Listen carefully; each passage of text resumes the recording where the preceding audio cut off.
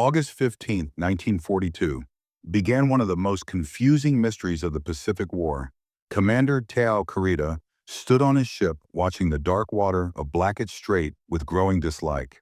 Reports had told him about the small American patrol torpedo boats the enemy called Pete boats. They were made of plywood and looked too weak to fight, as another group of these little boats raced over the moonlit sea with loud engines that screamed like herd animals. Kurita gave a small smile. The Japanese Navy had already faced huge warships and carriers, so these tiny mosquito boats looked like a waste of bullets. The PT boats came to the Solomon Islands with big talk, built by Elko and Higgins in American shipyards. These 77-foot boats carried 4 torpedo tubes and many machine guns. Their wooden bodies could cut through water at over 40 knots, making them seem perfect for fast surprise attacks against the strong Japanese fleet. Lieutenant Commander Alan Montgomery, who led PT boat missions from Tulagi, watched many of these boats go into battle full of hope. The Navy's posters already called them the horse riders of the sea. But Montgomery had quiet worries that would soon come true. The first big fight came on the night of August 20th, 1942, when 8 PT boats met a Japanese convoy near Vella La Vella. Their engines roared as they rushed forward like knights in an old-time fight.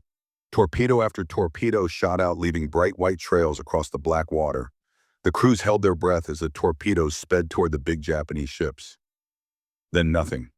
One torpedo went under a transport ship without blowing up. Another hit a destroyer with a loud metal bang, then bounced off and sank. Kurita got reports of the attack the next morning. History records from the Naval History and Heritage Command say that Japanese officers at fleet headquarters laughed when they read the reports. The Americans had fired 17 torpedoes that night, with 0 hits and 0 damage. The PT boats had pulled back under heavy fire, and their brave attack ended as nothing but wasted ammo and fuel.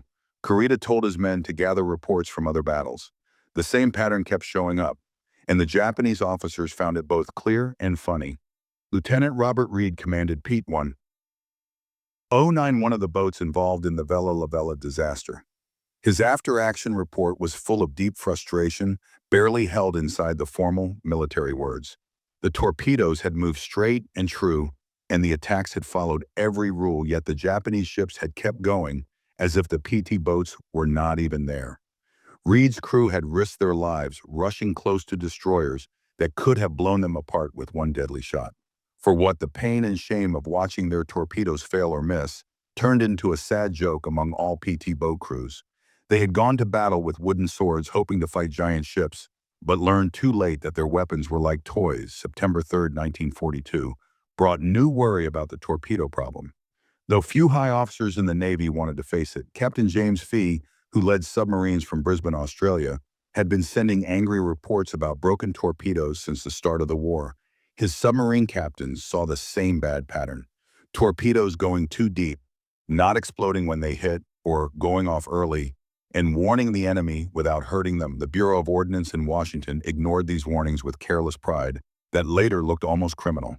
The Mark 13 torpedo, made just for PT boats and planes, showed everything wrong with American weapon design before the war. The engineers at the Naval Torpedo Station in Newport, Rhode Island built it using peacetime guesses and little testing. The torpedo's magnetic exploder, called the Mark 6, was meant to blow up under a ship's bottom, breaking it apart with water pressure. In theory, this sounded very powerful, but in truth, the magnetic exploder was too easily affected by changes in Earth's magnetic pole and almost never worked right. The Pacific Ocean's magnetic field was very different from the Atlantic, where few tests had been done. Lieutenant Howard "Shorty" Bowers learned how deadly these torpedo problems could be. On September 11, 1942, when his PT boat 137 had tracked a Japanese ship, Lieutenant Howard "Shorty" Bowers had followed the Japanese cruiser for over an hour, moving his PT boat carefully into a perfect attack spot, even though the sea was rough. At about 800 yards a close distance for torpedo shots, Bowers gave the order to fire. All 4 torpedoes shot out fast. The first one blew up too early, only 200 yards away, almost sinking the PT boat with its own blast. The second torpedo's engine stopped, and it spun uselessly down into the deep water. The third one bounced up and down on the surface before diving too, low and missing far under the cruiser. Only the 4th torpedo moved the right way, hitting the cruiser's side with a strong clang that made Bowers' crew cheer, but their joy ended quick when it didn't explode. The warhead had failed to go off. The Japanese cruiser struck back fast and without mercy. Bright searchlights flashed on, catching PT-137 like a trapped moth. Big 5-inch guns fired heavy shells, sending up tall waves all around the small boat. Bowers turned the wheel hard and pushed the engines to full power, somehow escaping him into the dark night. Two of his men were hurt by flying metal pieces, and the boat had wasted precious fuel for nothing. The cruiser sailed away, never knowing how close it had been to real danger. Admiral Ernest King, leader of the United States fleet, finally ordered a full study in October 1942. The group of engineers and officers who checked the facts found a huge problem reaching into top Navy offices. The Mark 13 torpedo had never been tested well in real battle. Its magnetic exploder was badly designed, its depth system didn't work right, and the backup contact exploder was too weak, often breaking on impact and not setting off the blast. The Navy had sent brave men to fight with broken weapons, then blamed them when the weapons failed. The Japanese kept watching PT boat actions with mixed amusement and disbelief. Vice Admiral Junichi Kusaka, leader of Southeast Fleet operations, wrote in his diary that American torpedo boats had fired over 100 torpedoes and hit almost nothing. His officers joked about the bright American fireworks that came before each PT boat ran away. The loss of faith hit American crews hard, and they began to doubt both their weapons and their purpose. Just when the Pacific War's result was still dangerously unclear, dawn came gray and heavy over Guadalcanal, where the ground fighting had turned into a cruel stalemate. PT boat squadrons from Tulagi were forced into jobs their designers had never imagined. With torpedoes failing, squadron leaders began using the boat's machine guns and small cannons. More Lieutenant Commander Robert Kelly, who had helped General Douglas MacArthur escape from the Philippines aboard PT-41, now led attacks where PT boats were mainly floating gun platforms firing at Japanese supply ships. The Tokyo Express, the Allies' mocking name for Japanese fast reinforcement runs, was both a chance and a frustration for PT crews. Japanese destroyers and quick cruisers raced south at night, bringing troops and supplies to Guadalcanal before dawn, and always got away out of reach of American planes. These ships moved at 35 knots or faster, making them very hard targets. Even if the torpedoes had worked, PT boats tried to stop them. Their commanders knew torpedo attacks would probably fail, but felt they had to try. On the night of November 13, 1942, PT boats joined one of the most confusing naval fights of the war. The naval battle of Guadalcanal had American and Japanese surface ships fighting at very close range in Iron Bottom. Sound 8 PT boats, including Lieutenant Reed's 109, were stuck in the middle of huge battleship and cruiser shelling. Reed later said it looked like something from Dante's Inferno ships were exploding. Tracer fire lit the sky everywhere, and the water glowed from burning ships and star shells. His boat fired all 4 torpedoes at any targets it could. He never knew if any hit and thought none did. The battle was so chaotic no one could check damage correctly, but Japanese records after the war showed no major ships were hit by torpedoes during that fight. The stress on PT crews grew obvious. Ensign John Searles of PT-59 wrote letters home that showed their fear and worry clearly. The despair among PT crews kept growing. Ensign John Searles wrote about the sick feeling in his stomach every time he was ordered to make torpedo runs, knowing the chance of success was almost zero. His boat had fired 16 torpedoes in combat, and all 16 had failed. Searles described watching torpedoes pass right under enemy ships without exploding or hit hulls with a loud clang before sinking uselessly. He wondered if he and his crew were cowards for feeling relieved when torpedo attacks failed, because it spared them long gun battles that always followed when attacks pressed on. The Bureau of Ordnance finally allowed field fixes. In December 1942, PT boat support ships at Tulagi began turning off the faulty magnetic exploders using only contact detonators. Engineers adjusted torpedo depth settings, trying to fix the problem of torpedoes running too deep. These changes helped a little but could not fix the basic design flaws. The contact exploder was still too fragile and torpedoes ran unpredictably. Overall improvements were small, raising the success rate from terrible to barely better. Commander Montgomery calculated PT boats now hit only about 5% of the time, one hit for every 20 torpedoes. This was a catastrophic failure by Navy standards. Japanese commanders noticed the small improvement, but still held strong contempt. Captain Tamichihara of the destroyer Shigure wrote in his memoirs that PT boat attacks were just minor annoyances, rarely threatening a properly handled warship. His destroyer was attacked 4 times, and not once did a torpedo come near hitting Hera, worried more about accidentally hitting a PT boat in the dark, which could shamefully damage his own ship. On January 23, 1943, bitter cold hit the Solomon Islands as tropical storms lashed the combat zones. Lieutenant Commander John Balkley, who had won the Medal of Honor for evacuating MacArthur and become the PT Boat Force's top hero, returned to inspect operations. He was shocked. The boats he had praised were being wasted on impossible missions led by discouraged officers and maintained by crews who no longer trusted their weapons. Balkley's report to Admiral William Halsey was blunt. The PT boat program was failing and men were dying for nothing. Casualty numbers told a grim truth that propaganda tried hard to hide. By early 1943, PT boat squadrons in the South Pacific had suffered over 40% casualties. PT boat crews had suffered killed, wounded, or missing with almost nothing to show for it. In sunk enemy ships, T-112 had been destroyed by destroyer gunfire after a failed torpedo attack, killing all 12 crewmen. PT-44 had hit a reef while running from a Japanese cruiser, and its crew was captured and later executed. PT-37 had been cut in half by a destroyer during a daylight fight after being chased following another failed night attack. The survivors could count on one hand the confirmed enemy ships they had actually sunk with torpedoes. The Japanese kept careful records of every fight, and these records after the war showed how badly the torpedoes had failed. By February 1943, the American PT boats had fired about 450 torpedoes in the Solomon Islands campaign. Japanese damage reports showed only 7 confirmed hits that caused serious damage. 7 hits from 450 torpedoes gave a hit rate of only 1.6%. Naval guns of the same era hit 20 to 30% of the time under similar conditions. The PT boat's main weapon was basically useless. Lieutenant Hank Branningham led PT-159 on a mission showing the hopeless frustration of this time intelligence had spotted a Japanese convoy moving through Kula Gulf 3, transports with 2 destroyers. Branningham led 4 PT boats in a well-planned attack on the night of February 11, 1943. The boats came from different sides for surprise and fired 16 torpedoes at distances between 600 and 1,000 yards. These were textbook attacks done almost perfectly. The results were crushing for American morale. 3 torpedoes exploded too early, 2 porpoised and broached, 4 ran under the targets without exploding. 7 simply vanished. Nobody knew what happened. 0 hits, 0 damage. The destroyers struck back, sinking PT-163 and causing damage to others. Branningham's boat had been hit so badly it barely made it back to base.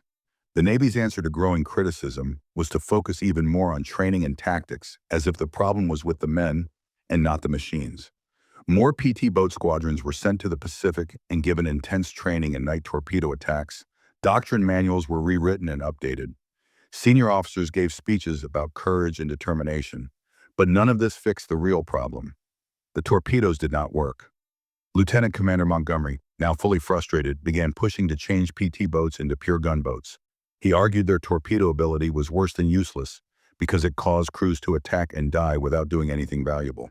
By March 1943, more than 600 torpedoes had been fired, and Japanese naval officers openly mocked American PT boats in their messages.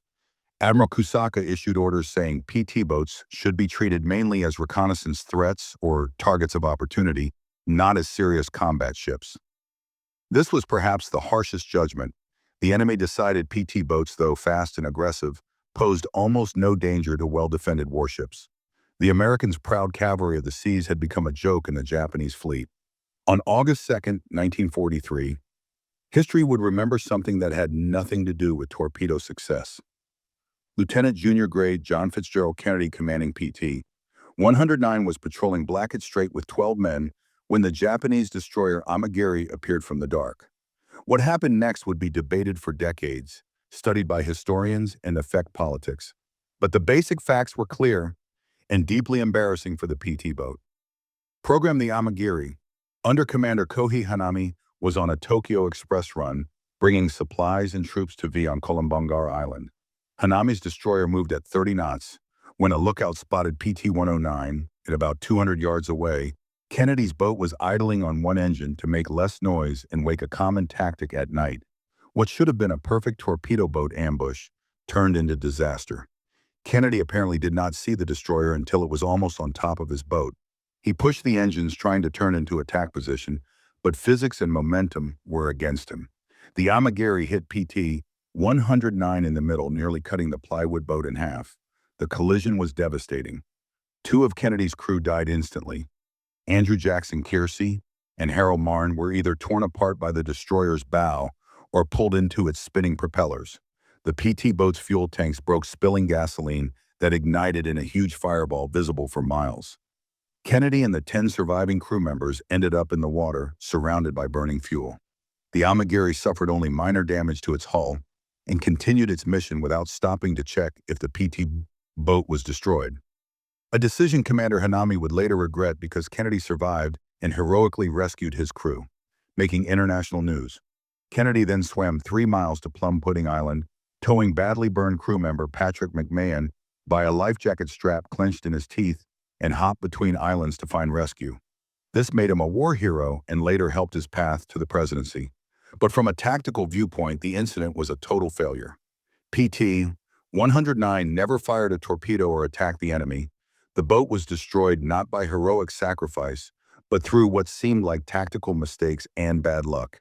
That an enemy destroyer could strike a PT boat without the PT boat fighting back raised serious questions about its effectiveness. The Japanese saw the Kennedy incident with mixed contempt.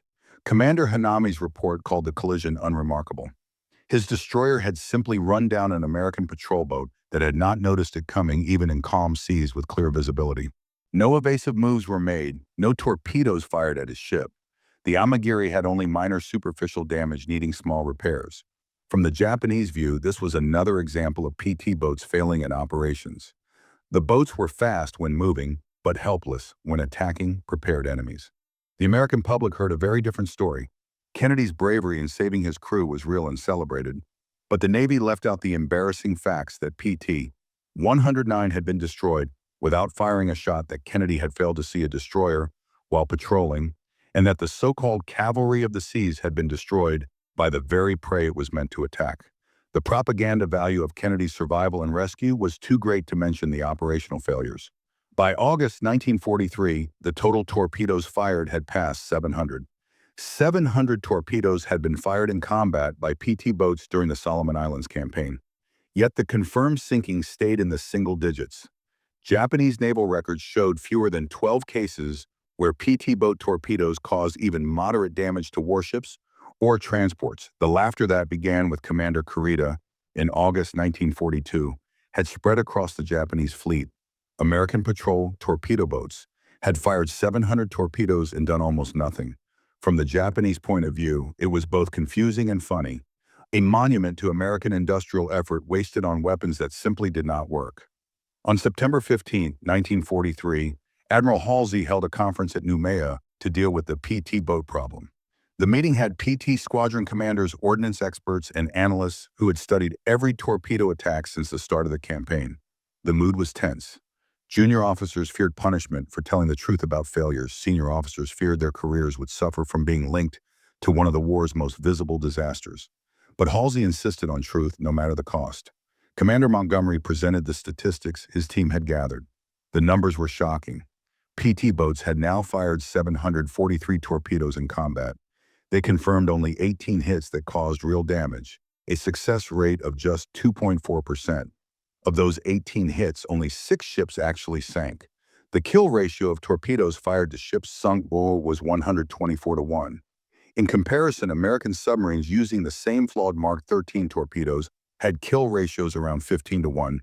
Even considering submarines' bigger torpedo capacity and better firing positions, the difference could only be explained if T-boat tactics were deeply flawed or the smaller torpedoes had extra problems. Lieutenant Reed, now promoted to lieutenant commander, after surviving a year of combat, shared a frontline view that challenged easy assumptions. He said, PT boat doctrine made for peacetime exercises against easy targets did not work in real battle. The boats were too noisy to surprise alert enemies. Their wooden hulls were fragile in combat. Their small size meant they carried few torpedoes, forcing crews to try every shot with weapons that rarely worked. Most damningly, Reed argued that to hit targets with torpedoes, PT boats had to come within 800 yards, where enemy destroyer guns could easily destroy them. The conference looked at captured Japanese after-action reports recently taken during operations. These reports gave the enemy's view of PT boat attacks, and it was brutally honest. Japanese commanders called PT boats nuisance weapons that sometimes disrupted operations by sheer persistence, but rarely caused serious damage. One report from Vice Admiral Kusaka's staff said PT boat attacks had become so predictable that normal defenses, searchlights, suppressive fire, and aggressive maneuvers almost always stopped them. The report concluded PT boats were mainly useful for scouting and harassment, not as real threats to major ships or defended convoys. Engineers from the Naval Torpedo Station in Newport tried to defend the Mark 13 torpedo. They admitted design flaws but said recent fixes had solved the worst problems. They showed test data claiming better reliability and argued that rough seas, poor maintenance, or operator mistakes caused the combat failures. The submarine officers at the meeting were furious. If submarines could get decent results with the same torpedoes, the failure was clearly due to the PT boat version, or PT boat tactics, not crew skill.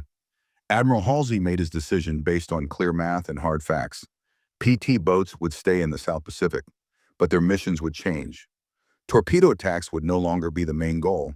Instead, PT boats would focus on attacking barges, watching coasts, and supporting ground troops missions that used their guns and speed instead of torpedoes. This was not surrender, it was understanding that. Sending PT crews on missions with broken weapons was criminally reckless. The boats could be useful if used correctly, but had been nearly worthless in their intended role. The Japanese reaction to this change was telling. When PT boat torpedo attacks dropped. In October and November 1943, Japanese naval intelligence noticed PT boat torpedo attacks had dropped sharply. They actually investigated whether the Americans had pulled the boats from combat. The idea that PT boats might just stop using their main weapon seemed so unlikely that Japanese analysts at first ignored reports from field commanders. When the pattern continued, Admiral Kusaka's staff realized either the Americans had run out of torpedoes or had finally understood what Japanese commanders knew. Since August 1942, PT boat torpedoes were practically useless. On January 8, 1944, heavily modified PT boats were sent into combat for the first time. These new boats had extra 40mm cannons, rocket launchers, and in some cases even 37mm automatic cannons taken from Army anti-aircraft units. The torpedo tubes were still there, but clearly secondary weapons. PT boats were becoming fast attack gunboats, and in this role they finally showed real value. The barge hunting missions that became their main job matched their true strengths. Japanese supply lines in New Guinea and the Solomon Islands increasingly used powered barges which were like armored landing craft, able to move in shallow coastal waters where big ships could not. These barges moved at night close to coastlines carrying troops and supplies to isolated garrisons. They were easy targets compared to destroyers, but crucial to Japanese logistics. And unlike destroyers, barges could not outrun PT boats or fight back with heavy weapons. Lieutenant John Duke Coley commanded PT 191 on a mission showing the new PT boat tactics. On the night of February 3, 1944, his four-boat division intercepted 7 Japanese barges off New Britain. The PT boats attacked together with machine guns and cannons firing nonstop. Unlike torpedo attacks, which needed perfect positioning and often missed gun attacks, were immediate and devastating. Tracers tore into the barges' wooden hulls. Explosive rounds hit fuel and ammo. Within 15 minutes, all 7 barges were either sinking or burning. The PT boats took only minor damage from return fire and suffered no casualties. Coley's after-action report was full of vindication. After months of failure, PT boats had finally found a mission where they worked well. The psychological effect on PT crews was huge. Ensign Robert Ballantyne, who had survived the dark days of 1942 and early 1943, wrote home about the difference between old and new missions. Torpedo attacks had been frustrating and terrifying.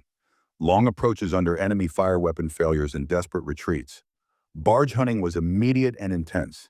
You could see your targets. You could see your rounds hit. You could see results. The change from powerless anger to effective action restored morale shattered by torpedo failures.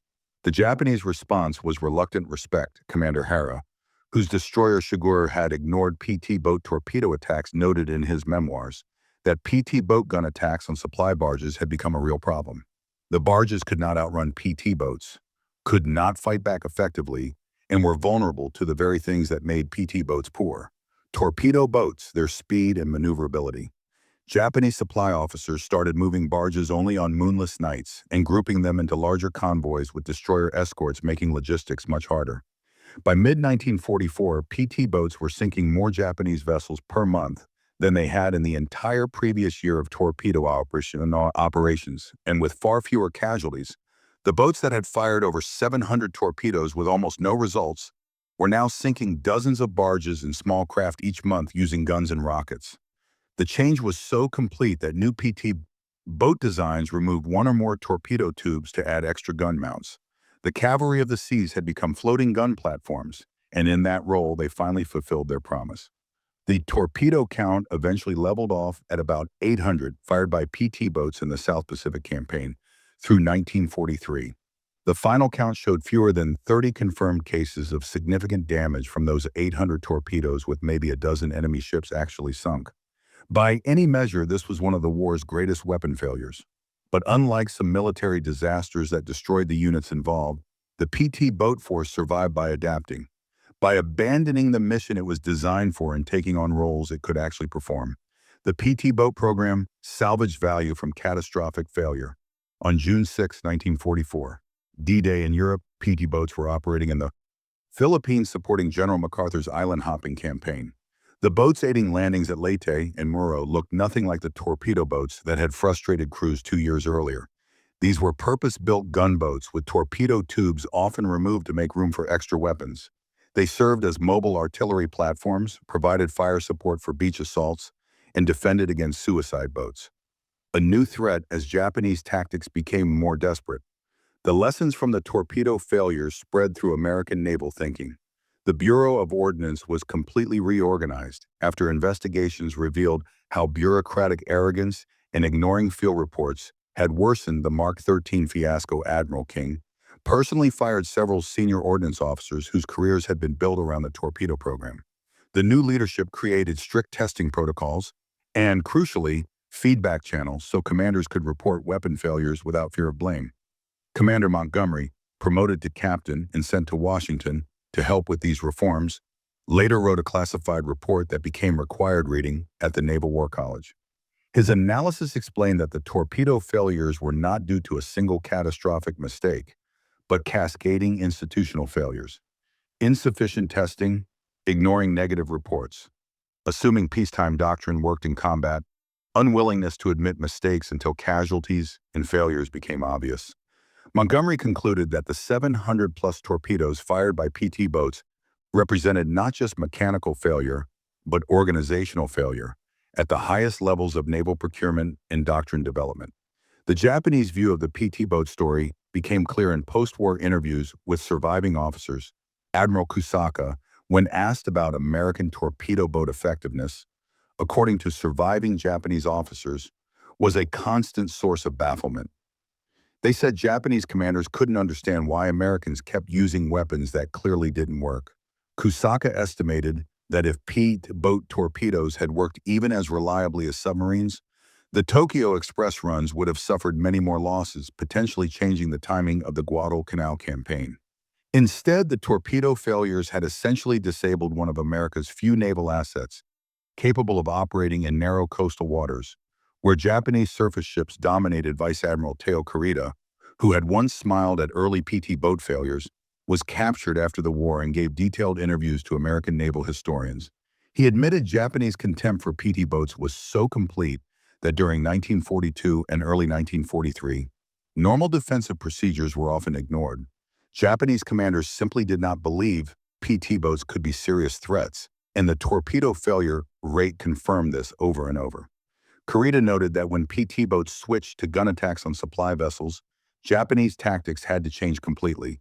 Boats once dismissed as ineffective, nuisances became real threats, requiring heavy defenses. The financial cost of the torpedo failure was enormous, even by wartime standards. Each Mark 13 torpedo cost about $10,000. In 1943, roughly $200,000 today, 800 torpedoes meant $8 million just in weapons costs, plus operational cost, 4 missions, plus replacement costs, 4 PT boats lost during failed attacks. And that did not include the uncountable cost of crew casualties, damaged morale, and delayed missions. For a weapon system that sank maybe a dozen enemy ships total, the cost-benefit was catastrophic. The human cost was even worse.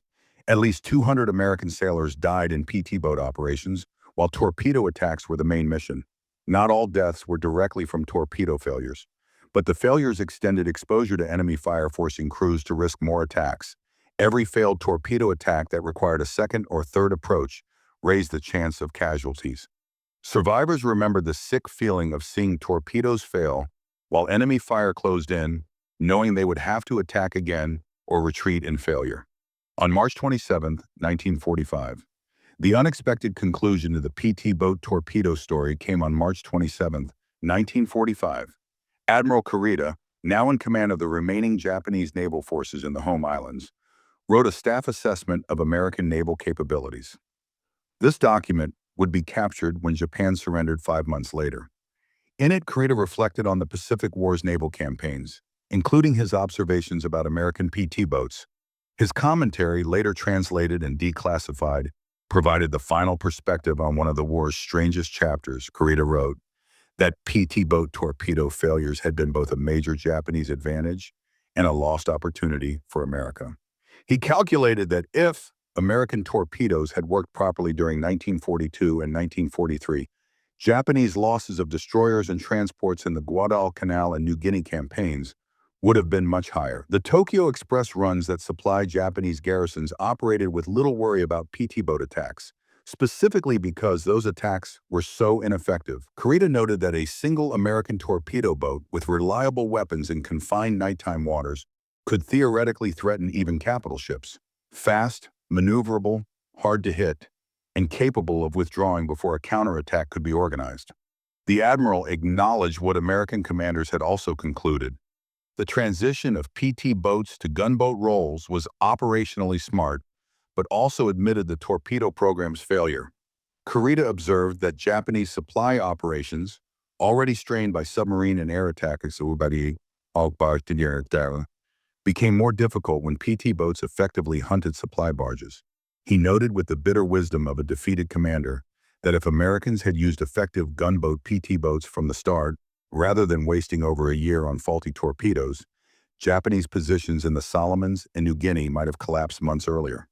The final assessment of PT boat torpedo effectiveness was grim.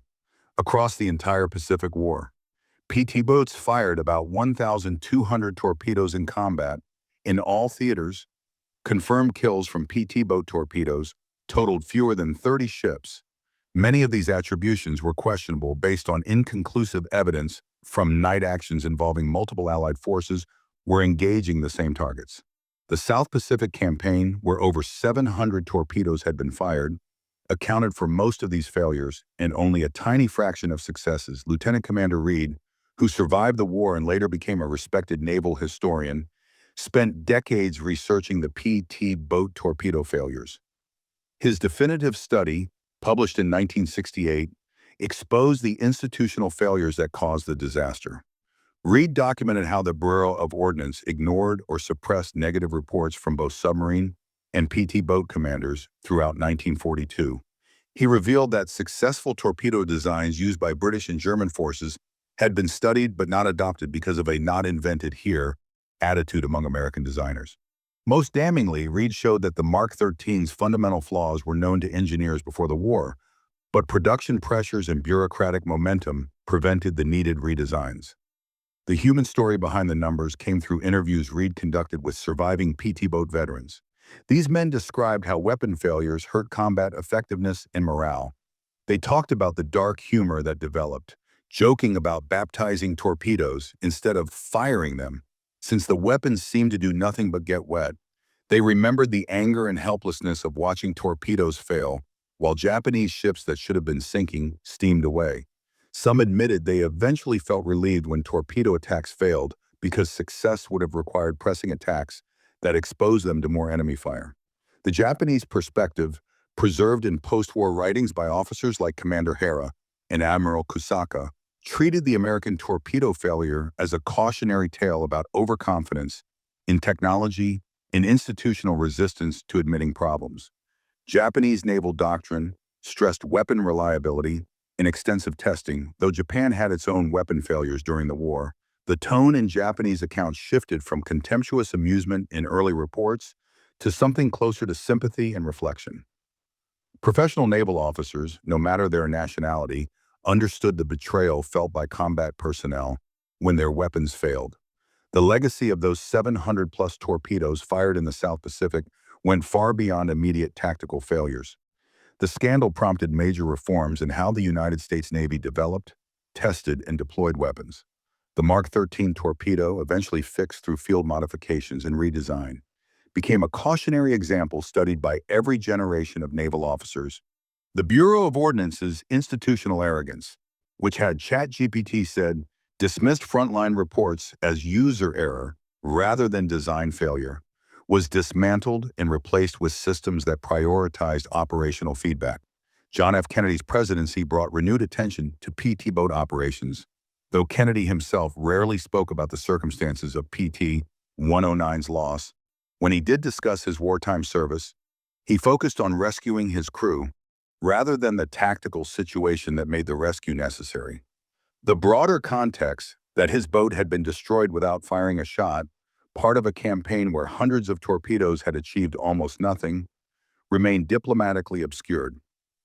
Kennedy understood, as did other PTBO veterans, that the heroism of individual sailors and the systemic failure of their weapons were separate truths that could coexist. The PTBO program's redemption through adaptation to gunboat roles offered a different kind of lesson. Military organizations that recognize failure, abandon failing doctrines, and adapt quickly to circumstances have historically outperformed those that rigidly stick to plans regardless of results. Of PT boats, in their final configuration as fast gunboats, rather than torpedo boats, proved genuinely valuable in the later stages of the Pacific War. They supported amphibious operations, hunted enemy supply craft, and provided coastal patrol capabilities that larger vessels could not match. The boats succeeded by becoming something other than what they were originally designed to be.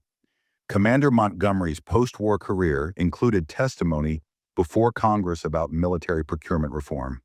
He argued passionately that the Mark 13 failure represented not only technical problems, but a moral failure to support the men ordered to use defective weapons. Montgomery's testimony helped establish oversight mechanisms requiring independent testing of weapon systems before full-scale deployment. These reforms could not prevent all future weapon failures. Military history continued to be filled with them, but the reforms created institutional pressure to acknowledge and address problems rather than deny them. The 800 torpedoes fired by PT boats in the South Pacific and the 400 fired in other theaters became a numerical shorthand for systemic failure in military circles. The phrase "another PTBO torpedo" became sardonic military slang for any weapon system that looked impressive on paper but failed in actual combat. It served as a ghostly reminder that technological sophistication means nothing if the technology does not work under real battlefield conditions. The Japanese officers who had laughed at PT boat torpedo failures in 1942 and 1943 stopped laughing as the war went on, and their own weapons failures became clear.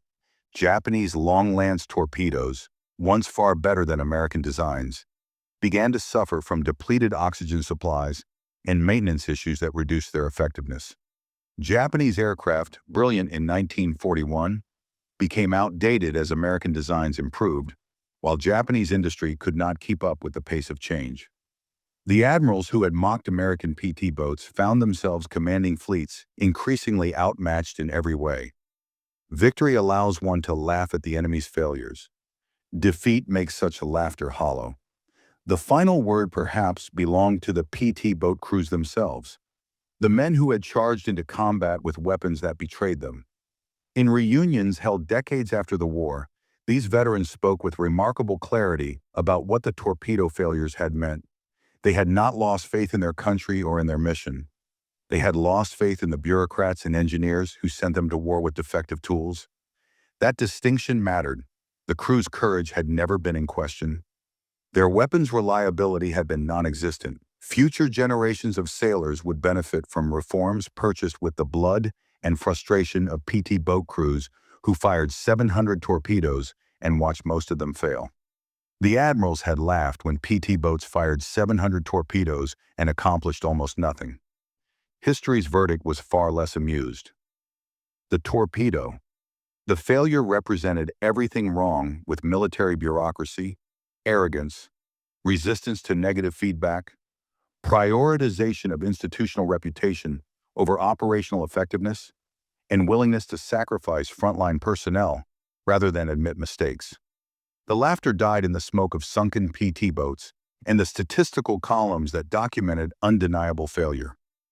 What remained was a lesson written in salt water and blood: weapons that don't work kill the people forced to use them, and no amount of courage can compensate for institutional incompetence.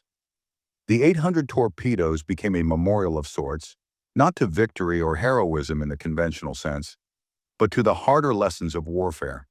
They testified to the resilience of young men ordered into impossible situations with inadequate tools.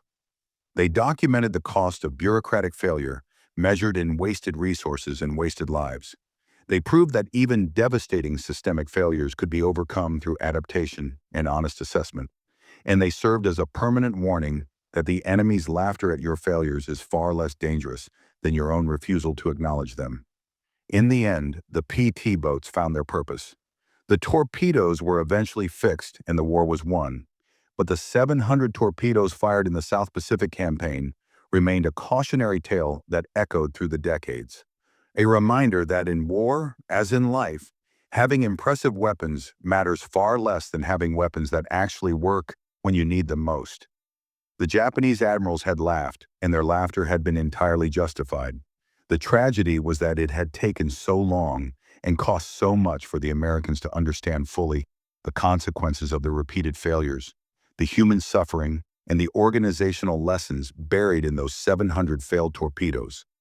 A story of persistence, adaptation, and bitter hard-won insight that reshaped naval warfare and left a legacy of caution for generations to come.